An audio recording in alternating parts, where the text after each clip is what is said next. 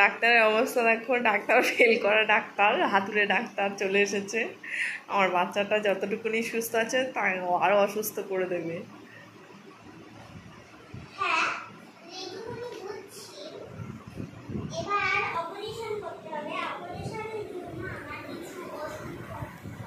তোর আবার অপারেশন করতে হবে?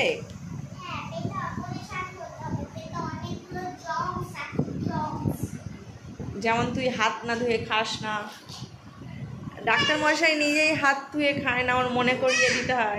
এই যে ডাক্তারবাবুকে ক্লোজলি দেখে নাও তোমরা সবাই। ডাক্তারবাবু যেখানে রাস্তাঘাটে যেখানে দেখতে পাবে সেখানে ডাক্তারবাবুকে ধরে পিটাতে শুরু করবে। ঠিক আছে, আপনি শুরু করুন আপনার পেশেন্টকে। আমার তো সময় নেই, আমার কাজ আছে অনেক। আপনি আপনার ড্রেসটা ঠিক করুন আগে। হ্যাঁ, তো সামলে না, অনেক পেশেন্ট আছে, তাদের সামনে আপনি নিজেকে সামলাবেন না। একদম একদম।